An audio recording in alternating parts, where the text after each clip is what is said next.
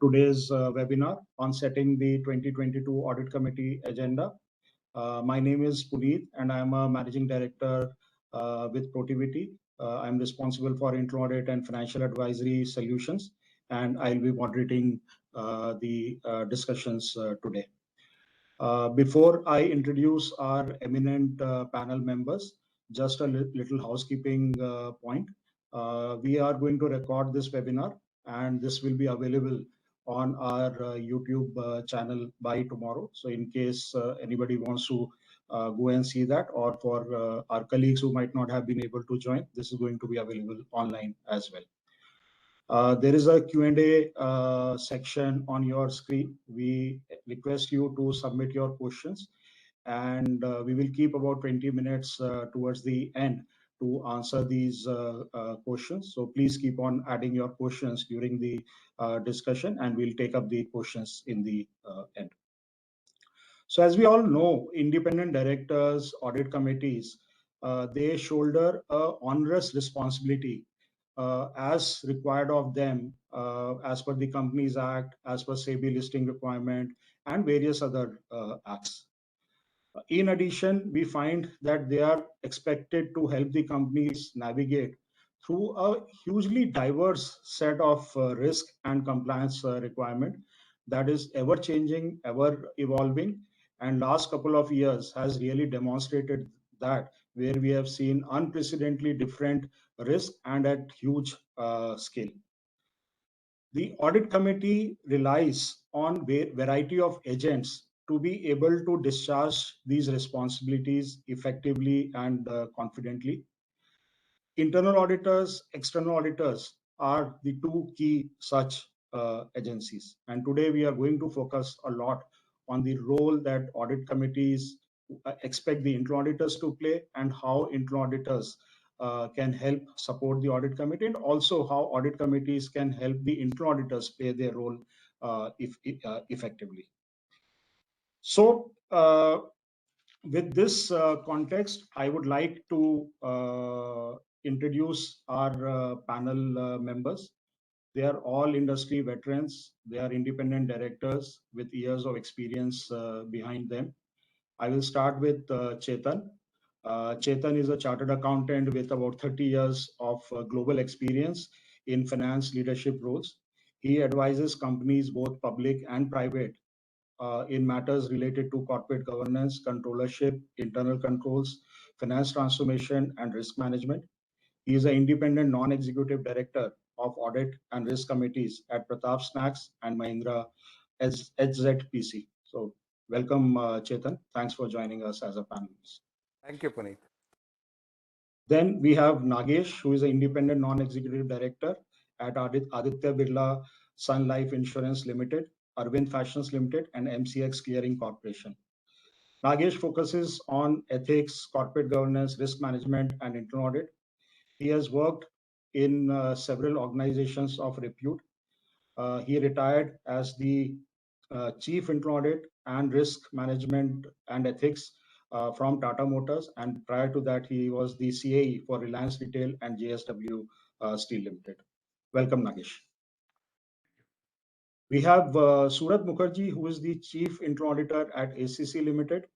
Prior to joining ACC, he was with the Dalmia Group for more than 13 years, where he headed the internal audit function for the group and was instrumental in setting up the risk management function for the group. Thanks, Surat, for joining, and welcome to the webinar. We have Mr. Shankaraya, who is an advisor to various companies. He has a wealth of experience in finance leadership role. Earlier, he was the CFO and Executive Director of Finance at the Jubilant Group. So now I would like to start the discussion. Let me start with Mr. Shankaraya. I would request each of the panel members to share their views on the topic for a couple of minutes. And Mr. Shankaraya, if you could please start the conversation. Mr. Shankaraya, you're on mute. Thank you, Puneet. Good evening, everyone. I am happy to share some of my experience and thought process on the internal audit. to set the tone for Audit Committee agenda for 2022.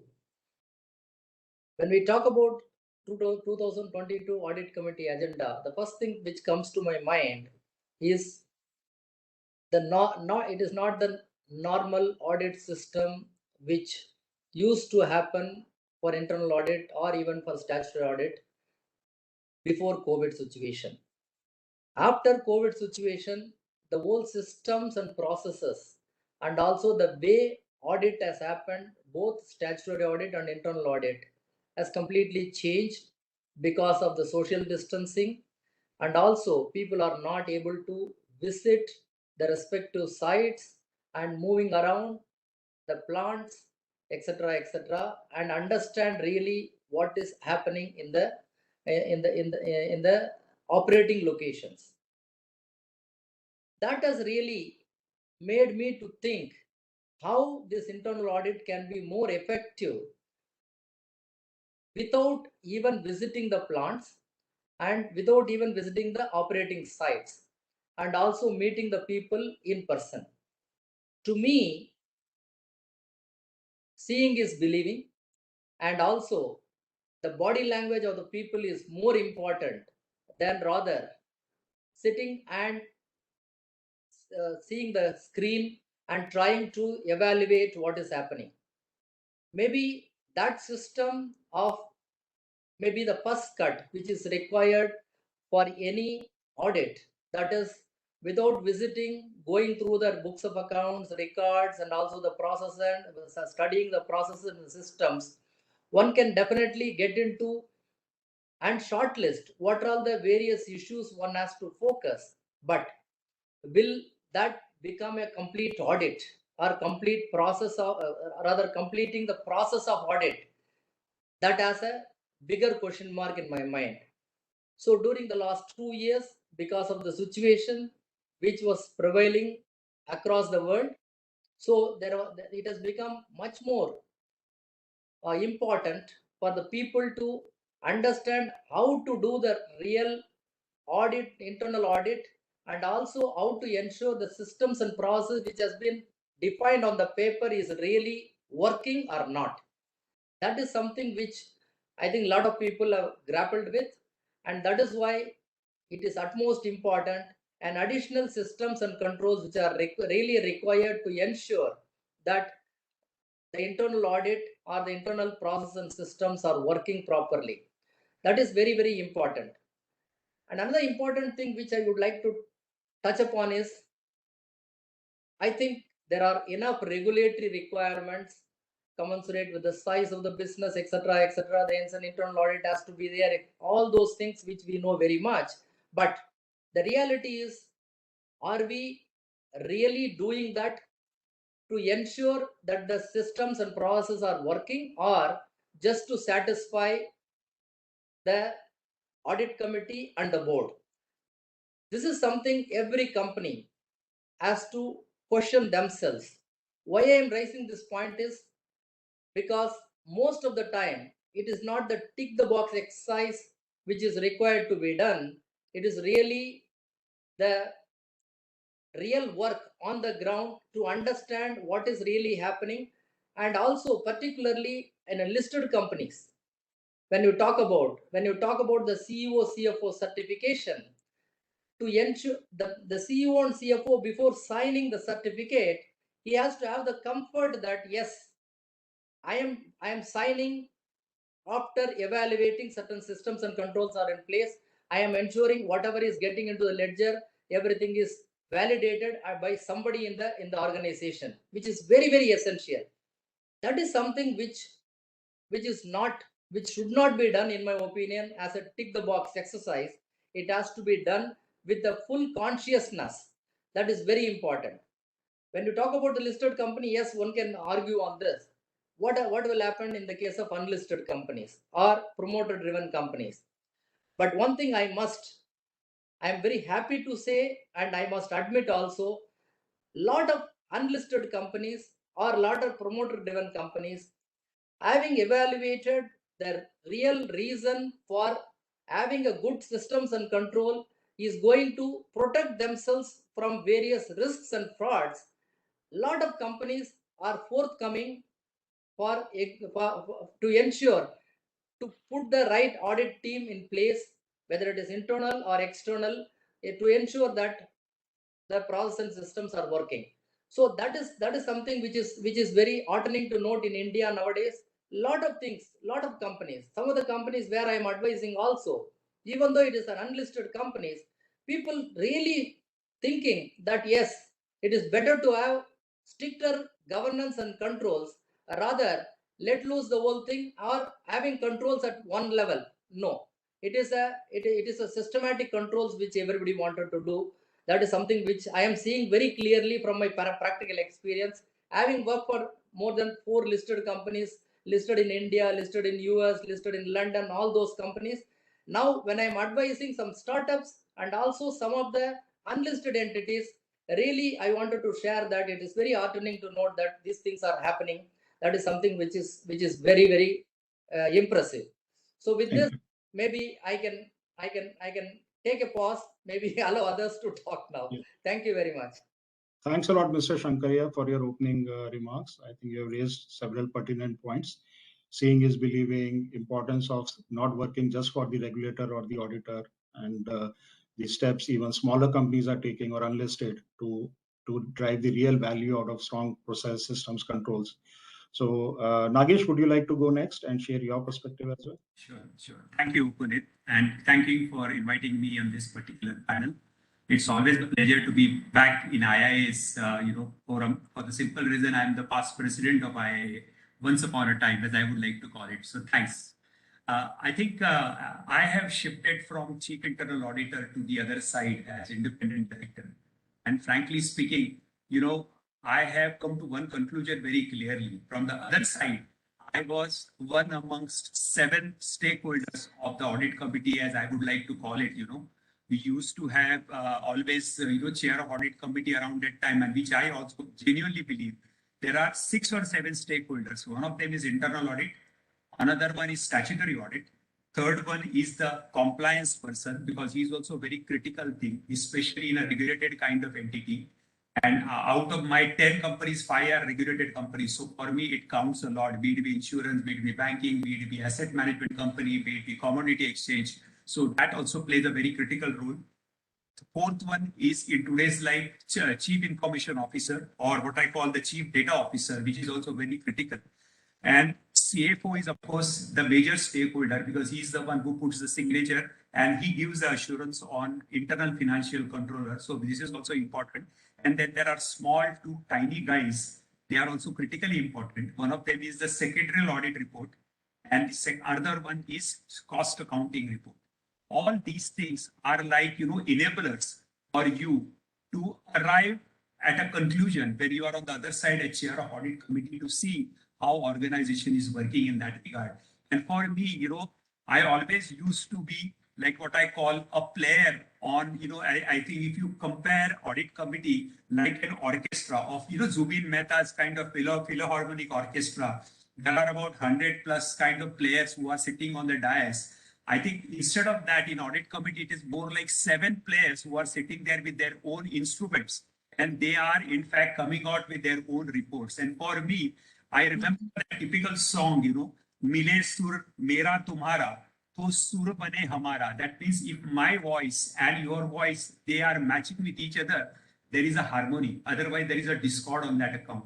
And I think in that context, I must say, when I sit at a chair of audit committee, I want to see that there is at least some discord in that typical music. And if the music is too smooth, I am worried on that particular part. So I think in that context, I must say that internal auditor should have his independent view, and I want to see some sort of, I don't want to say total discord, but little bit of, aberrations and that kind of things on that account. So that is what I want to start with in that particular thing. I got a lot of points to add on, but that I will continue at later stage. So I always believe internal auditor has to be one amongst those 7 players who will do a great job in that particular part.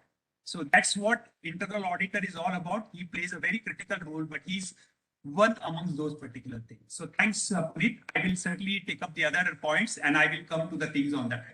Very interesting example, Nagesh.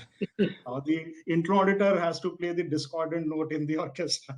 And I think that's the beauty of the orchestra then, if the intro auditor actually is playing the discordant note. So thanks for that. Chetan, would you like to go next? And Surat, I'll come to you to provide the CAE perspective to all the points that our independent directors are raising. So Chetan. Right. Thanks, Puneet, and good evening, everybody. Of course, it was lovely to hear Mr. Shankaraya and Nitin talk about very interesting points. Uh, just going back to the agenda or the topic that's on the table, setting 22 audit committee agenda. So the question is, what's happening in 22?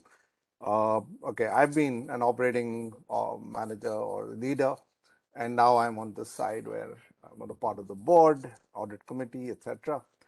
I see three things, or let me put it like this. These are my wishes. I'm not necessarily that they'll happen, but here is what I'm going to be driving, or here are some things that I see my fellow colleagues and my other independent directors driving. One, I think that Sur Mile Sada, that piece also belongs to the audit committee. Today, I see it being a very finance-driven agenda. Okay, audit committee to me should be a thali. I need a sweet and I need a sour and I need a mirchi and I need a papad. And therefore, audit committee has to go beyond the finance, and I need CMOs there, I need CHROs there. It's just not the auditors.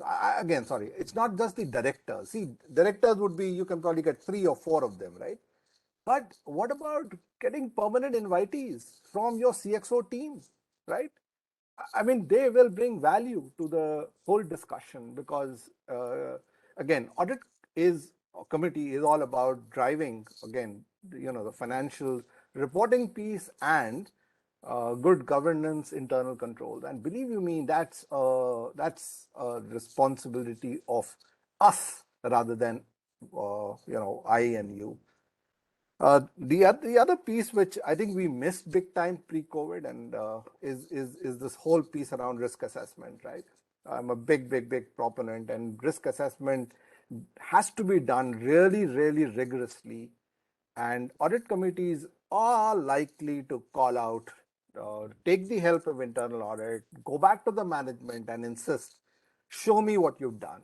How have you done? How inclusive has it been? Have you looked at maturity across plants, across processes, across functions? Okay, we all know that it's the weakest link that causes the breach, right? You can't do that. You can't find that out unless you get involved in understanding where are we. Okay, and again, that's again, like I think internal audit talks about risk, appetite and stuff like that. But I'm just saying, hey, that audit committee should be able to look at some of that and say.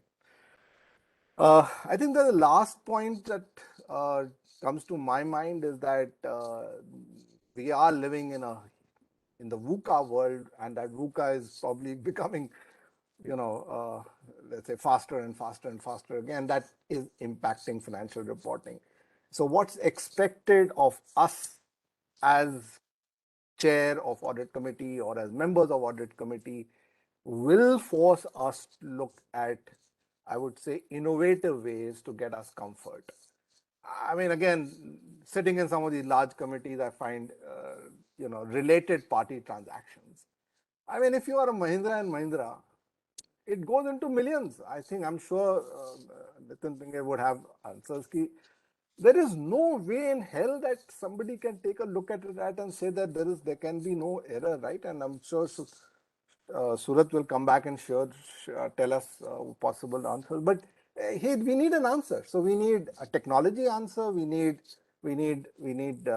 some kind of answer to it and protect us against cybersecurity and compliance issues. I mean, guess what? I belong to F&B sector, and FSSAI is now calling, I think, going to define junk food.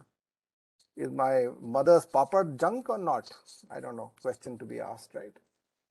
So, Puneet, we are in interesting times. I think this is a very pertinent question, and time will tell us as to how 22 pans out. Yeah. Thanks. Yeah, Chetan. So VUCA world continues to be there. Yeah. Surat. Yeah, Puneet. First of all, thank you. Good evening to everyone listening in. So we are in a very interesting time, Puneet, and the last 2 years, literally, kind of churned the whole piece. So we were moving in a certain manner, and overnight we are thrown into a dark hell, and from there, people tried crawling out of it. And I think when I look back at these 2 years, I would say everybody, when I mean everybody, I say everybody, whether it's the board, the directors, the operating teams, the audit teams, the customer, the stakeholders, I think everybody has come out a winner out of this, because what I see is that the whole ecosystem has been pushed ahead by a few years in one go, maybe even a decade in one go. Something which was discussed multiple times, which never got funded, specifically on the digital side, on the IT side, on the cyber side. There were innumerable projects which were deferred for long, because they never became very important. Working from home, and you need a VPN connection to work from home, is something which a lot of industries kept deferring for a long period of time. But then when you had to work from home for a long period of time, you saw what happened. Digitization, how can people work without pen and paper? How without that look and feel signing of documents, whether it is the auditee, whether it is the auditor, whether it is the people who are actually signing off, suddenly leapfrogged into a technology driven workflow mechanism. Coverage, something which we are doing in bits and pieces, net picking from here and there, travel stopped, and sitting in your boxes, you cannot really give any sort of comfort unless and until you are having a major coverage wherein you are forced to dig into the entire ecosystem. Some interesting insights came up for every stakeholder, where they were looking, where they were not looking. So a lot of interesting insight came out there, and we understood that there were these blind spots. And obviously, as they say, they are blind, so nobody knew that they existed, right? And nobody was willing to put any light on that. Cyber security, the events which started happening, and I think we started living on digital media, WhatsApp, and everything. So we got to know about 100 horror stories every day. How people are getting fleeced, how people are getting looted, because once you started to go digital in an environment where you are actually not tuned into how to protect it, so you eventually ended up losing value at the same time. But I think that's worth the cost which we paid, because we did catapult into a better domain.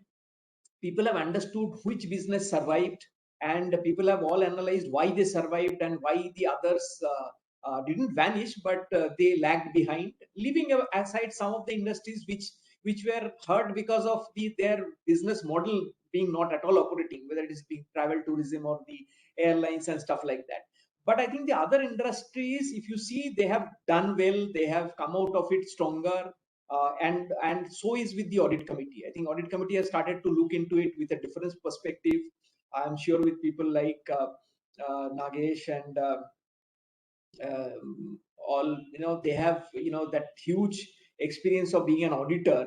So Chetan and all would have made life very difficult for all the counterparts. I can understand these kind of people, because they were stalwarts when they worked, and they know all those alley gullies and dark spots. So it's interesting times, but I'm looking forward to it. I think at the end we see that this is a blessing in disguise.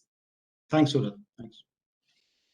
So thanks all of you. A lot of interesting points have been raised. I think it sets up the tone for the discussion. Mr. Shankaraya, you spoke about seeing is believing. We need to go back, be on site. Chetan, you spoke about innovation, the size of the organizations. We need to use technology, etc. So how do we balance the two?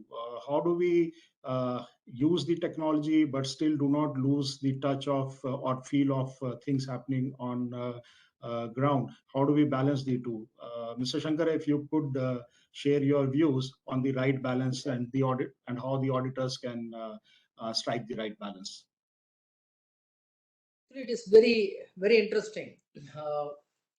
See, in the maybe 5 years back, or if you wanted to know the same situation, yes, I can imagine that unless you physically go and sit and do the audit, you will not be in a position to get a lot of things at all. Whereas now, with the technology upgradations and also the integration of the systems in place, and more particularly during the COVID situation, had the COVID situation is not been there, maybe it would have taken another 10 years to bring the companies or the processes to the level of the systemization which has happened today. It would have happened maybe down the line 10 years. But one blessing in disguise, whatever we can call it as, even though it has created a havoc in the entire world, but because of this COVID, the entire technology has been much faster in such a way that things it is unimaginable level. That is really giving a lot of comfort. Like I mentioned just previously also, identifying majority of the problems in and the loopholes which are available in the system on paper first gives us a lot of comfort to really look into which are all the areas one has to focus on. Otherwise, it is like going and doing a routine thing, kind of top to bottom everything, that kind of thing. Now you can be focused. The entire audit can be focused by taking the upgradation of the technology or the technology availability with which is there present. That will really help every one of every auditor to focus a specific areas and get a deep dive into that and find out the real issues which are there. That is like in my previous company when I was working, it was like almost like Nagesh has very clearly defined that six parts, six buckets of internal controls. Exactly, any good listed company will focus on all the six buckets and ensure that all those six buckets internally they are complied with first. If it is a real corporate good governance company, that is what I used to do. Yeah, whether it is a internal financial controls, whether it is IFC, yes, these are all the ways you do things by ensuring almost like implementing on a quarterly basis 2000 plus controls, validating by almost more than 200-250 people. That is one way. Second, when you talk about the statutory compliance, you take any small companies also, there will be at least 50 to 75 acts which will be applicable for that company. For those acts, what are all the main statutory compliances which one has to list out those things and ensure that those things are happening. Similarly, statutory audit, cost audit, everything. So that is the way to fix the issues. For that, with the new the technology which is available today, it will be a huge help to go through the books of accounts, go through the systems and process, go through the process by which the flow of document which is happening, or flow of process which is happening, everything is available in system today, which really help the auditors to go through and shorten the physical presence and ensure that to focus on a right areas. Thank you, sir. Thank you. Satish, would you like to put up the first poll question? And I would request Surat to share his views as the CAE of a large corporation with distributed presence. How do you strike the right balance? How are you making sure that things on ground are known through physical presence? And on the other side, how are you using technology to give the right comfort to the board and audit committee? Yeah, And I would request the participants to provide their response to the question. There you will have about 30, 35, 40 seconds, and we will show the poll result once you have submitted your response. Yes, Surat, carry on, please. Yeah. So Puneet, the digital audit and physical audit talks about two different domains. What digitalization helps us is to standardize the system, make it straitjacketed, put relevant controls in place, and then it allows you to actually look through millions and millions of data and pick up certain ones which are not conforming to a certain set of rules. Now, having said that, till the time you don't tell me that all my process are robot controlled or robotics, then I have to go and check what is happening on the ground. Having said that, even robots can be manipulated, their programs can be changed, they can be made to work in a different way also. But Yeah. even to do that, what we need to see is that for organizations which are moving stuff on the ground, unlike maybe the BFSI segment, wherein things are moving in a pipe through the digital internet connect. But if you are moving fertilizer, cement, uh, televisions, anything which is physically getting delivered to the customer, getting produced, raw materials coming in and moving out, every single step is prone to fraudulent activity, prone to leakage, prone to the greed and lust of the people, which has grown manyfold during the pandemic, because people have understood that they have lost their livelihood, they have had enough uncertainty going, so now everybody wants to also make a killing. So unless and until you go ahead and have a right mix of what you see as what the document shows you and what is really happening on the ground, this mix has to be struck. Whether you want to transact that through a concurrent audit, wherein you are auditing every transaction as they happen, or you are actually picking up random samples and asking questions, or you are doing a video call to check evidence, or you are going to take a direct camera feed to actually monitor a weighbridge operation or a CCR operation from a remote control. Now technology has given you this power. If I want to connect to a online CCTV feed of a factory gate, I can actually see how many people are walking in. Are they really doing a face recognition check, or is the security actually doing a proper frisking? Anything, all those things I can check. So that is an edge which a technology has given me. I can have a look at that real time or on a recorded basis, and I can challenge the assumption, presumptions, and stuff like that. So one has to understand that where my value is. It's not about going everywhere and being omnipresent in every place, be on top of every vehicle or be on top of every transaction. Then you will be missing the bus. Yeah. What is important is that we understand what is the value at stake, where typically industry is losing out, where typically the frauds are happening, and then trying to place your best foot forward in trying to block that from happening. But having said that, we understand that you are protecting everything, and there is somebody who is trying to punch in a few centimeter hole and take a little bit of a value out of it. So there is a, it's like a mosquito, striking you. By the time, you understand the bite, he has already sucked the blood and he has gone away, and you never know what he has injected inside your system. So Thank you. it's an interesting game which you need to play. But what you need to prove and what you need to demonstrate day in day out is you are in the game. You are not a pushover. You are there in the game. You are making the right noises. You are making the right signals. If anything is being found out, you are swift in eliminating or doing a surgical procedure, doing surprise audits, surprise checks. So you have to innovate also, just like the fraudster innovates. You need to keep innovating, keep surprising the other party. Thank you, Sudhir. Raise various points. We have the poll result also. While the audit committee expects the internal auditors to provide them assurance on various matters, including emerging risk, but a lot of our participants believe that they do not have sufficient resources. 33%, which is a significant number, believe that they do not have adequate resources. So, Nagesh, what's your take on it? What can audit committee do to really enable the internal auditors to really do what they need to do? Yeah, You are on mute. yeah. No, you can hear me, right? We can hear you. Thanks. See, I think one thing is there. Audit committee, as well as I would say all the stakeholders, they are not sure how this, what we call the total management assurance or the total assurance as we call it, how it can be given.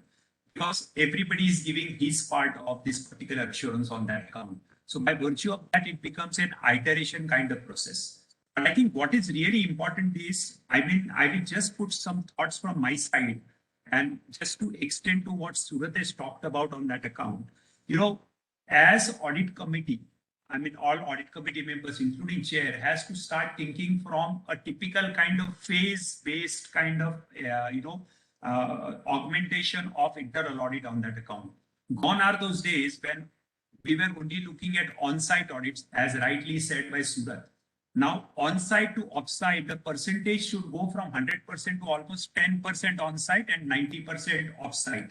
And when it means off-site, I mean you have to look at the entire transactions, and samples are things of the past. Now only you have to look at entire population of that transactions, and you should come out with deviations. And those deviations are the ones which should be considered as sample. And that is the today's phenomena that people have to believe in it, number one. Number two, you also must for that have a right kind of continuous monitoring mechanism. And that you should not do it alone. You should do it with your business people in arms with you. So it's a collaboration which is really important from that perspective. And I think previously we used to say, independence. We used to call 3 lines of defense and all of the things. Now there is nothing like 3 lines of defense. Now even IIA has reduced that particular thing to say they are saying 3 lines model they are saying. And indirectly, they are saying internal audit can move from 3rd line to the 1st line also if required on that account. So far, he is maintaining right kind of independence status of his own on that account. So I think now we are getting into a very fungible kind of world. And in that, continuous monitoring mechanism is going to be very critical. And eventually, it should end up with what I call the control self-assessment. That means handing over some sort of a processes for validity checks and some sort of a sanity checks back to the business on that account. And I think that particular piece, if audit committee does it in a very structured fashion with the help of internal auditors, a lot of management assurance will come, which will not come out of only internal audit, but collectively from the entire organization to the audit committee. And I think that is the one which you should work out, which eventually should give you a dashboards which are very critical. And I think when your population is very high, you invariably have good automated systems. And by virtue of that, with business intelligence and right kind of, dashboard that you can create, you can actually create these kind of, management assurance toolkits, which will really come in handy. And by virtue of that, it is coming in. So this question, whatever that we have talked about, you would get more of saying we are confident once you get into it. But I will tell you, last 2 years of being away because physical audits were not possible has brought something like the technology which we had thought of 2027 or 2028. People have adopted it in fact as early as possible.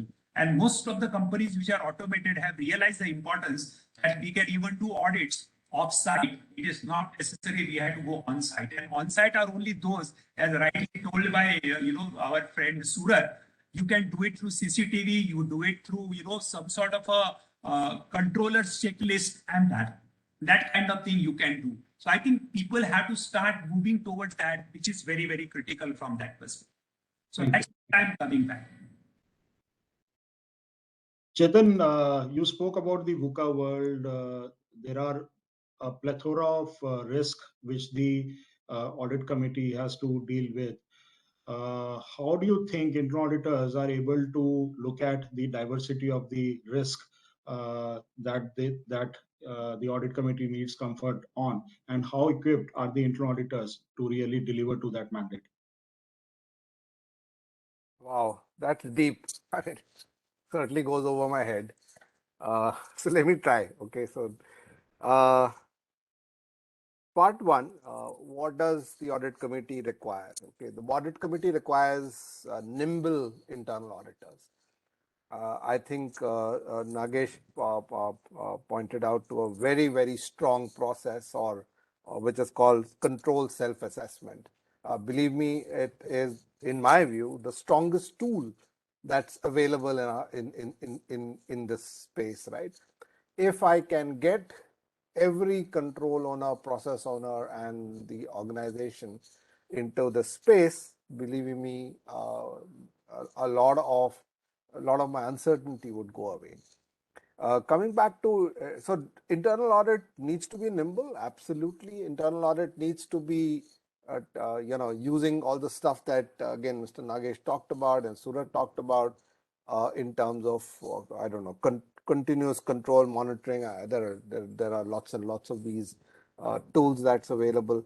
Okay. And back to the audit committee. But, Puneet, I work with organizations who are not in that space to make such large investments. Okay. So when you work with organizations which don't have, that kind of, let's say, surplus or that kind of money or overheads to be able to afford a lot of stuff which the larger companies have, then you get down to one simple piece. Is it substance or is it form? I think Mr. Shankaraya kind of mentioned it in his talk.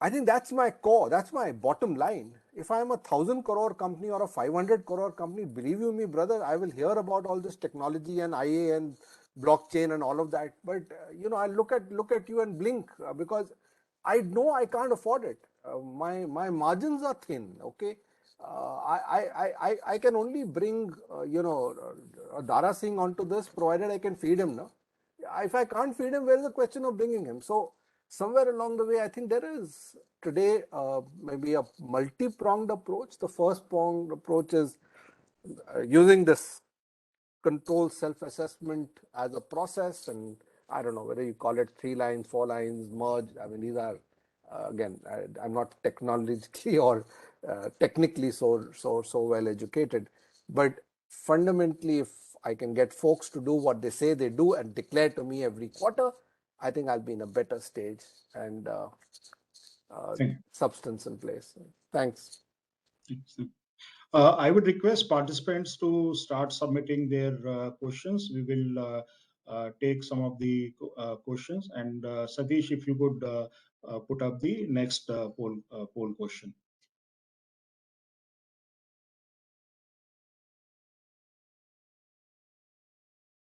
Surat, would you like to share some leading practices from your organization and your experience in terms of how do you work closely with the audit committee and help them to meet their agenda? Surat, you are on mute, it seems. Yeah, sorry. So I think one of the great practice which I find in the present company is the time which I spend with the AC chair.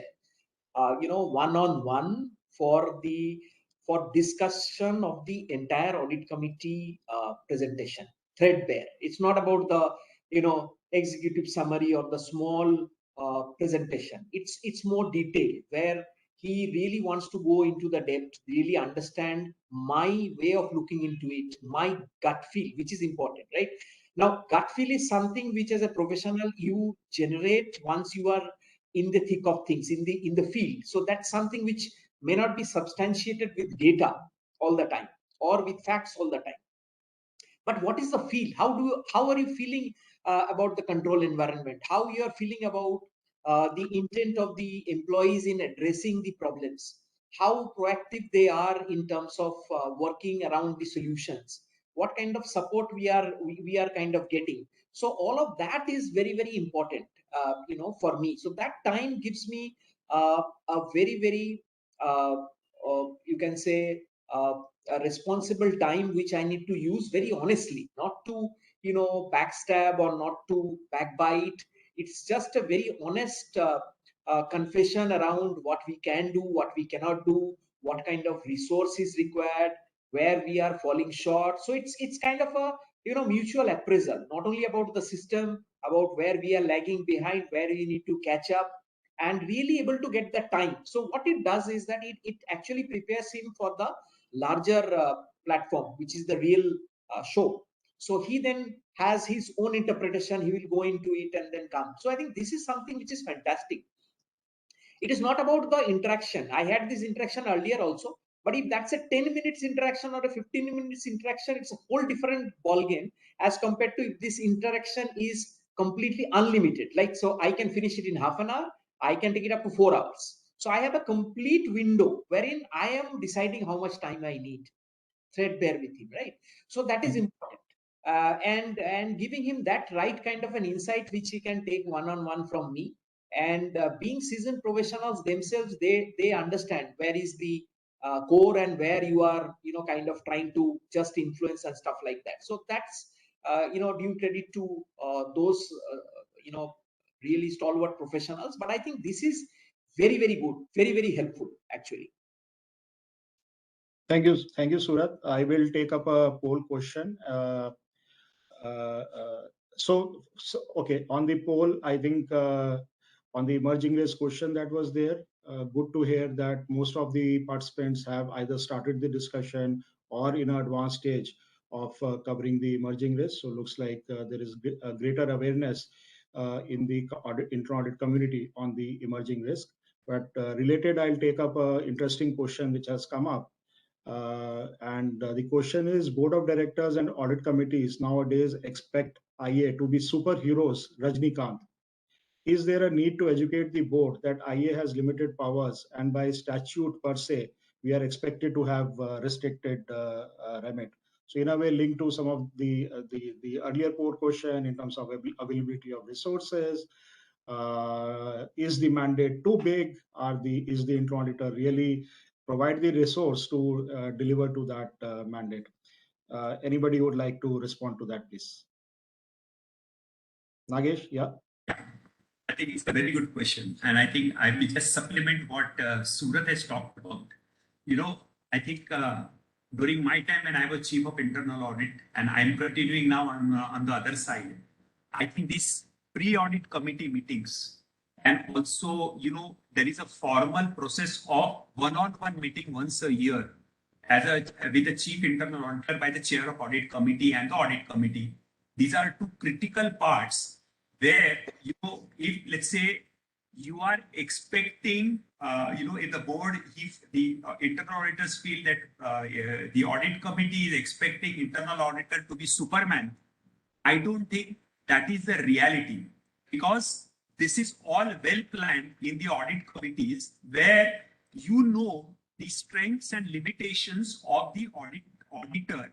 And I think when the pre-audit committees are taking place, a lot of things do get exchanged. And as a senior member of chair of audit committee, you get to know the perspective.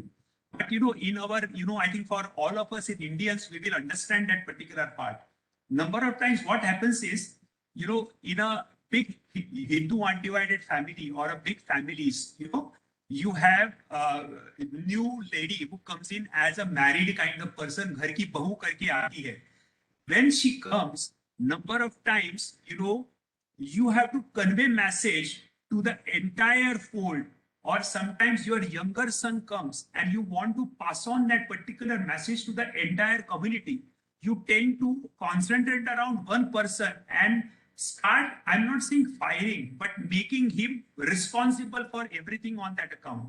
So that kind of feel number of time comes in. So the auditor should know that when chair of audit committee says this you have to do, this you have to do, that you have to do, that kind of things on that account, he should not treat himself as a Superman, but he should know that this is the time to collaborate with other people and to make that message known to the rest of the people, to say that we know these are our limitations, these are our weaknesses, let's work towards that particular part. So as a chief of internal audit, that guy has to play that balancing role to say, chair of audit committee bola hai, but then he should then communicate to people, boss, let's work together on that account. So by virtue of that, the audit committee chair makes that person a responsible leader. He can take on that initiative and through a right collaboration model can really work and get a solution for the organization, which is in the common interest. So I think this is where I think auditors should never take it for granted that they are being treated like a superhuman, because people know that they can only do to the extent of reviewing it and giving their views and opinions to the people on that account. So I think I will request that person that when the blame comes to him, indirectly even business people are aware that they are meant for that particular thing on that account. But despite that, I think that person has to be balanced on that account. So I think that maturity counts when you want to make your internal audit very effective. And this is what I think we have been also doing that in a structured fashion. Number of times in pre-audit committee, I also tell the chief internal auditor saying that in this point, I'm going to flare up. So that message goes to the system very clearly that, the audit committee has not liked it. So a matured audit committee can do a wonderful job, and a matured internal auditor can become a very influential kind of person in the system. And this is the way I look at it, because I was on the other side. I have received a lot of firing, and now I am also giving it in a selective basis. I thought I just tell you that as a matter of example. Thank you, Nagesh. I hope that answers the question. Satish, maybe you'd like to put up the next poll question, and in parallel, I will ask the next question which has come up. So the, sorry, give me a minute. So the question is, in many organizations, internal audit is still taken as a compliance function, and the perception is that they are not really adding any value. Please share your thoughts, tips in terms of how this perception can be changed and how the internal auditor can actually add more value to the organization. Mr. Shankaria would like to take this, please.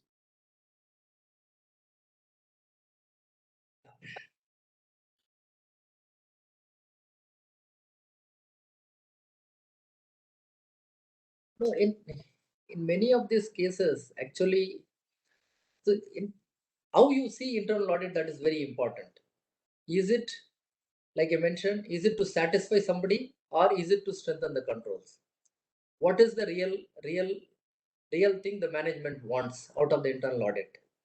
So if the, even just before Nagesh has also mentioned, and also the the Rajinikanth thing which has come up, there also, if you see, if the management, if the top management drives this internal audit, then the person who is doing the audit, internal audit, he will be given enough importance and adequate responsibilities and weightage in the organization. Thereby, he will execute his functions very well.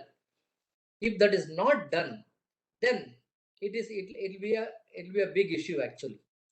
So that is where the problem comes in. How the top management wants to do the things. And first of all, the top management has to recognize that it is for the good of the organization. This has to be there. If that is recognized, then things in life becomes much more easier and simpler.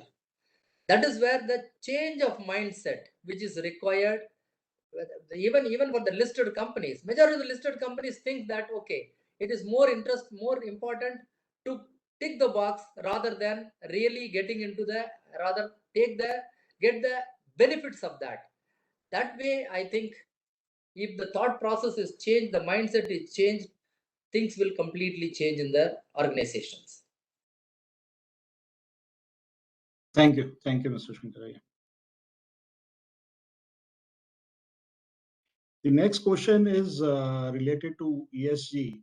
The question is, what are the key initiatives that the boards are taking, and what is the role internal auditors can play in the ESG mandate? I think it's a very pertinent question given all the focus and attention that we have been seeing around ESG.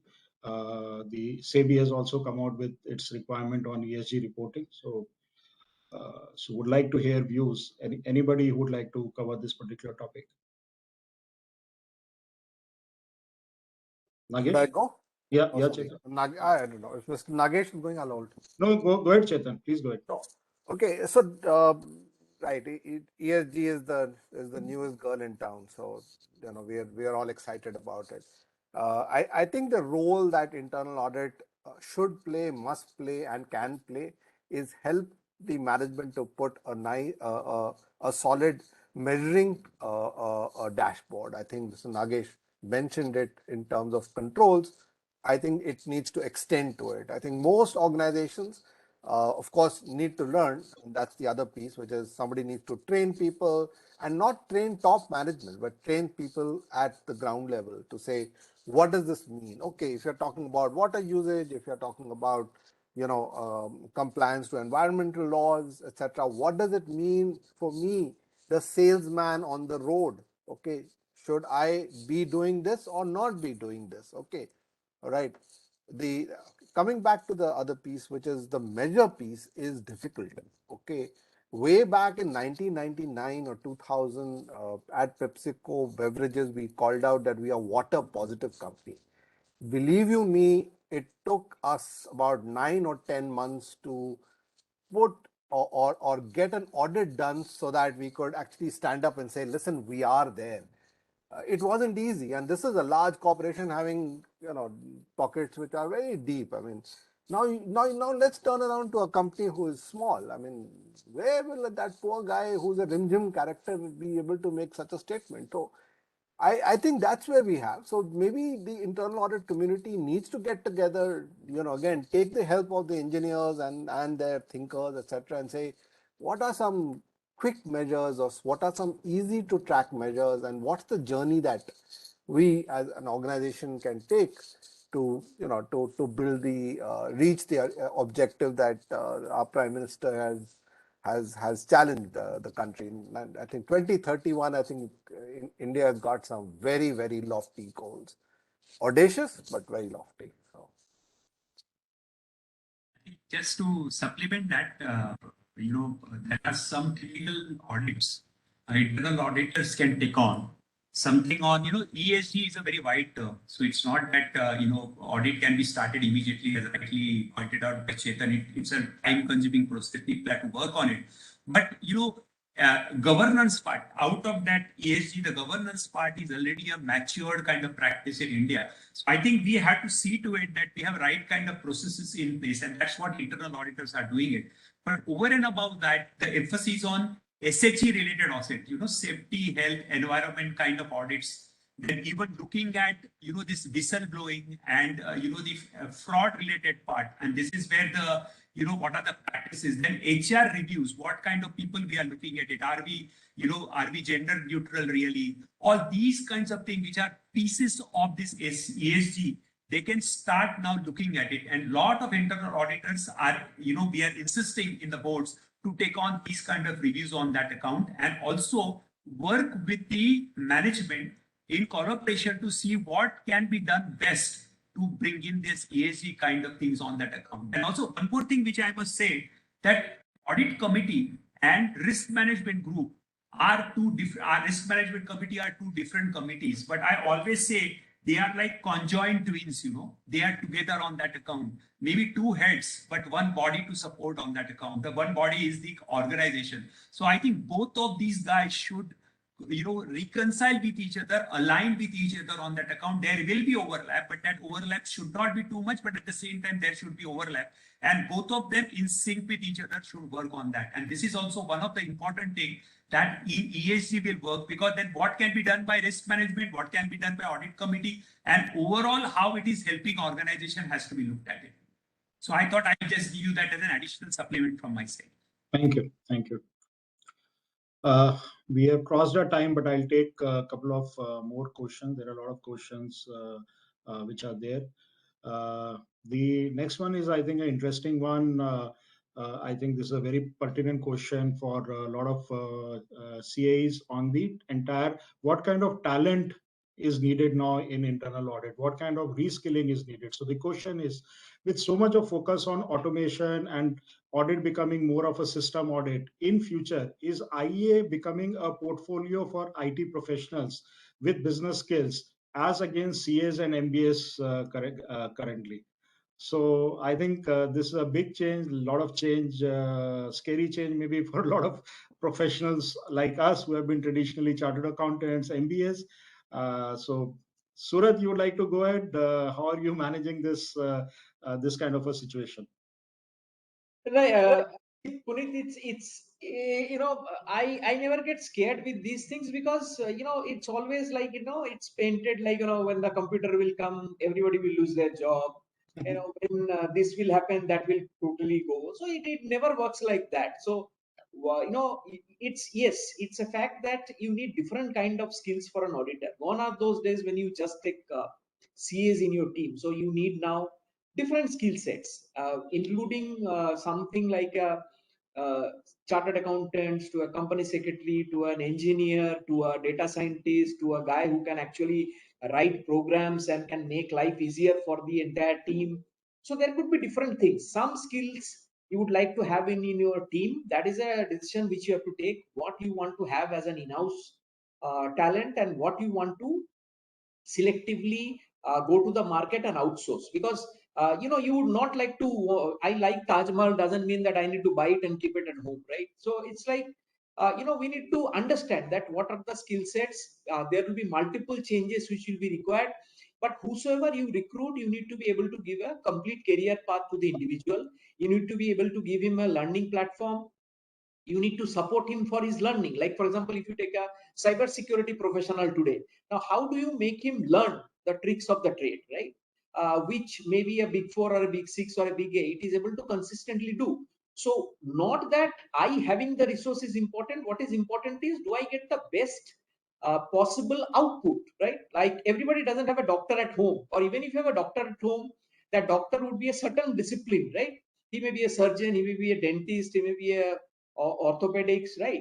So you go to the doctor, you go to the hospital. So you need to understand the need, where you really want to go, when you need to go, what kind of model you need to work out with. Like, you need a guy sitting in your office 24/7, you need a security operations center out here operating out of it, or you want a bit by bit report on a certain frequency. So you need to partner, and these are partnerships. A lot of people I have seen hopping firms just for a few lakh of rupees here and there. I work with X, and then somebody gives me 2 lakh rupees less code, I jump to Y.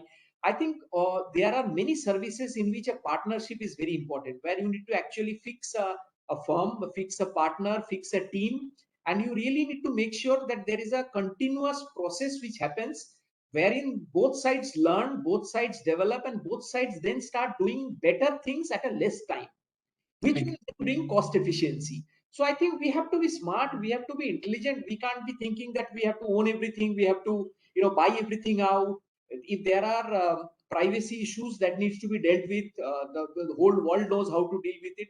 So I think it's not one way, this way or that way. You need to balance it out, and you need to find a middle path. And neither CAs are going to be out of fashion, neither the IT is going to kill the CAs, nothing like that. But yes, if reskilling is required, does CA need to know a little bit of programming or going through IT codes and all? Yes, it is possible, it is required. And the good thing is that the softwares are becoming so user friendly that it really doesn't need you to be a DOS programmer, which used to be, once we started learning computers, how you write a DOS program. Now, computers are no longer like that. Even you can do coding if you want, because it's packaged in a manner that you can actually drag, drop, and actually create coding.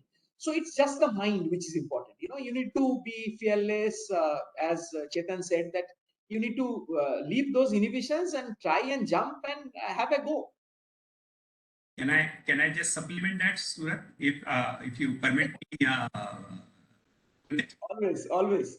Yeah, I'll tell you. I think one is every person should know that he is an eternal student, and that is something you have to keep on learning all throughout your life. Even at my age, I am spending a lot of time on learning new things. So this is where you have to create reverse mentoring. So I require youngsters to teach you on that account, and that's why I keep in touch with Surat, etc. all the time, so that you tend to get what's happening in the industry. That is important part. Second part is, it's not just hard skills, but the soft skills are very critical on that account. And I think this is where most of the internal auditors, they get fagged out, they get very tired. One is intelligence quotient. That is what is important. There is no question. Now people are also saying emotional quotient is also important. But the third one, which is which is important for internal auditors, is adversity quotient. How that person faces the adversity, how he manages to win over those kind of disagreements, agree to disagree, how you can bring it to that level. I think these are the skill sets which are required on that account, because I'm of the opinion, if you have a technical knowledge shortage, it is always easy to outsource. Otherwise, the people like you, Puneet and all, will not be required in life on that account. So technical knowledge is available, but I think you need to have this adversity quotient now that you have to look at it. And I think when I'm looking out for internal auditor, number of times I used to do that when I'm recruiting and creating a team. How that person gets irritated and how he gets over that particular point is a one point that I will look at it in interviews on that account. Ask some irrelevant questions, ask some ad hoc questions, so that a person, how he puts it without getting irritated, number of times it shows on his face, is not good for internal audit. So this is how you have to start creating your own team so that they work on this particular part. And this is very critical for internal auditors to be successful in that line. Thank you, Nagesh. Yeah, yes, Mr. Shankaraya. So we'll not take any more questions. We have crossed our scheduled time. If somebody would like, they can always reach out to us, and we can request the panel members to provide their views. So you can separately reach out to us. But yes, Mr. Shankaraya, over to you. I just want to recollect about 25 years back when the computers have come in a big way. People started thinking no more chartered accountant is required to draw up a balance sheet. 0 and 1 will work everything. No debit credit is required, and lot of CFOs lost their jobs. I think people have to remember that. Second thing, when IT boom has started, people started thinking that no more brick and mortar is required in stock market. Only IT stocks will do. That's it. Everything will be taken care. So, like both Mr. Nagesh and also Surat has mentioned, everybody has a place in the world for doing their respective jobs, and the expectation of the internal auditor is different from. See, the skill set can be outsourced, but the processes and systems and understanding that with the experience and also having the technical knowledge on that particular area, you need the expertise. So, chartered accountants are there, going to be there forever. Nothing to worry. Thanks a lot. Thanks, everyone. Extremely insightful discussion, a lot of learning for me personally. I think this will help me professionally as we work with our clients and the boards to meet their agenda.